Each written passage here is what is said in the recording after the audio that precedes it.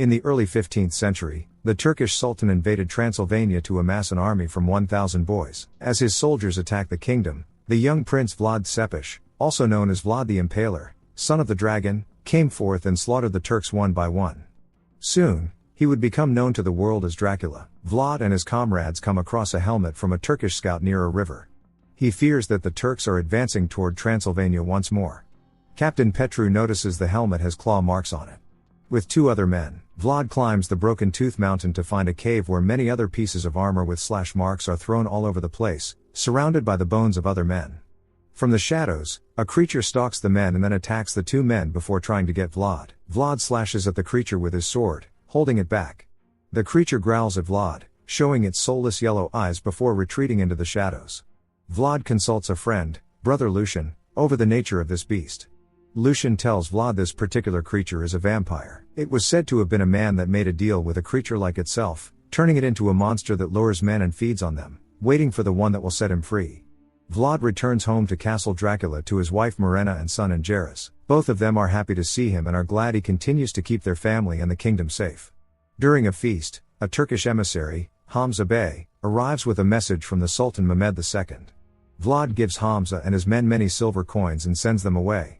Before leaving, Hamza tells Vlad and everyone else that Mehmed has demanded 1,000 boys for his own army.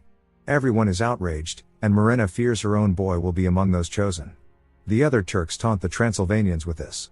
Vlad goes to the Turkish camp to negotiate with Mehmed. Vlad offers to hand himself over, believing himself to be worth more than 1,000 boys, but Mehmed refuses and orders the boys to come to him, along with Vlad's own son. Vlad and his family are escorted to meet with Hamza and other Turks to hand Angeras over. Vlad walks with his boy over to Hamza, seemingly ready to surrender, but Vlad whispers to Angeras, "Run to your mother." Now. Angeras runs, and Vlad grabs his sword, chopping off Hamza's arms and then slashing his face. With ease and rapid movement, Vlad kills the rest of the Turks. Fearing a brutal retaliation from Mehmed, Vlad returns to Broken Tooth to seek out the creature. This master vampire presents himself to Vlad, sensing that he has come with hope, and asks why he would do that. Vlad says he is desperate and that he wants to become a monster to fight back against his enemies. The master vampire warns Vlad that he can grant him this power, but he must resist the urge to feed off blood for 3 days, and then he will regain his mortality. He sinks his teeth into his wrist, pouring his blood into a shell for Vlad to drink. Vlad downs it, and then asks what now? The master vampire tells him, "Now you die." Vlad collapses and later wakes up lying on rocks by the river.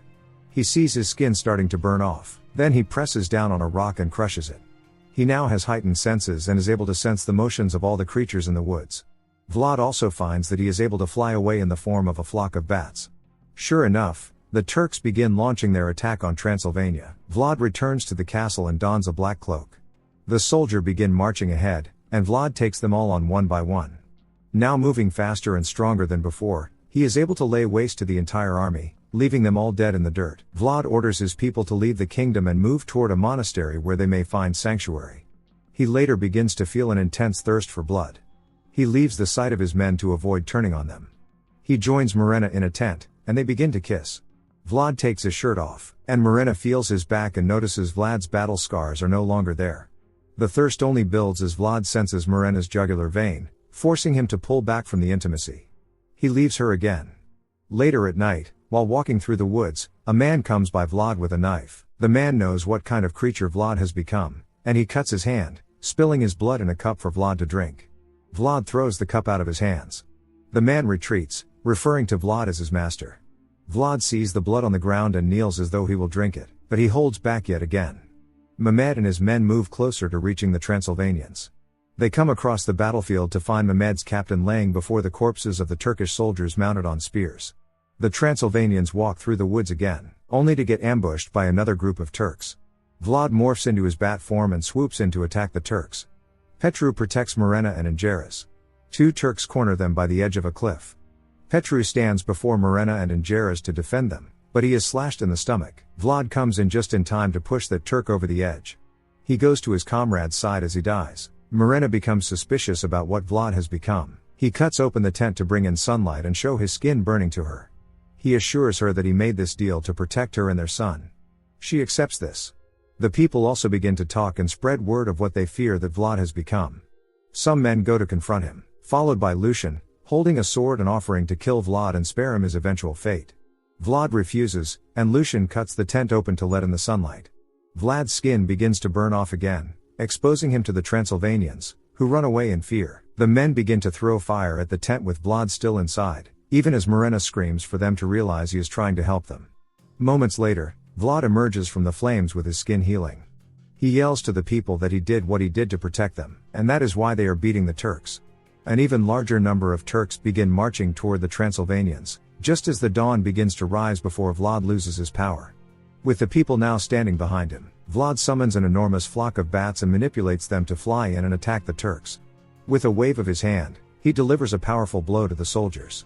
He clenches his fist and slams down onto the concrete, sending another pounding to the Turks. Vlad flies in himself to finish off Mehmed, while a couple of soldiers infiltrate his sanctuary. Vlad throws one man off his horse, thinking him to be Mehmed, but it isn't. The soldiers find Morena and Ingeris. One man punches Morena in the stomach and pushes her over the edge, leaving her hanging while they abduct Ingeris. Hearing Morena's call, Vlad flies back to rescue her. The one soldier that took Ingeris gets away, but Vlad kills the other. However, he is too late to save Morena as she falls over the edge. Vlad jumps after her, but fails to rescue her. She hits the ground before Ingeris' eyes. Vlad tries to revive her, but, knowing her time is up, Morena allows Vlad to drink her blood so that he may have a chance to save their son. Vlad reluctantly bites into Morena's neck and drinks, ensuring his power is now permanent. Vlad then finds the remaining Transylvanians and allows them to drink his blood. He then takes out an armor that he hoped to never bring out again, one with a dragon image engraved in it. At the Turkish army camp, Ingeris is brought to Mehmed. Vlad and the now vampirized Transylvanians attack the forces, feeding on their blood and massacring them. Vlad makes his way into Mehmed's tent, where silver coins are spread everywhere to play on Vlad's weakness to silver. Vlad takes out his sword and fights Mehmed man to man. Mehmed proves to be tough to beat as he keeps throwing silver coins in Vlad's face. He overpowers him and throws him hard to the ground. Mehmed grabs a stake and gets ready to stab Vlad through the heart, saying this is an unfortunate end for Vlad the Impaler. They struggle as the stake is right over Vlad's heart, but Vlad morphs into his bat form and takes the stake from Mehmed, turning it on him and impaling him. He says he is no longer Vlad the Impaler, but Dracula, son of the devil. He bites into Mehmed's neck and drains him of his blood. Ingeris runs to his father. Although the Turks are now vanquished, the Transylvanians plot to finish their thirst by taking Ingeris. One man, Kazan, tries to make the first move against the boy. Dracula grabs a wooden stake and impales Kazan, causing him to rot and decay into nothing but a skeleton. The other Transylvanians advance toward Dracula and Ingeris, until Lucian intervenes and holds a cross against them. Dracula lets Lucian take Ingeris to be safe, and telling his boy he loves him. Ingeris hugs his father one last time as Dracula parts the clouds and lets the sun hit him and the Transylvanians, burning them until they are all dead, including himself. Ingeris is crowned the new Prince of Transylvania. Elsewhere, the man from the woods revives Dracula by feeding him his own blood.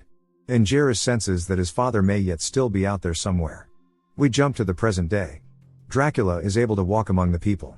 He sees a woman in town that looks exactly like Morena. Dracula introduces himself as Vlad, and the woman says her name is Mina. The two walk away together, unaware that the master vampire, now reverted to his human form, is watching from afar.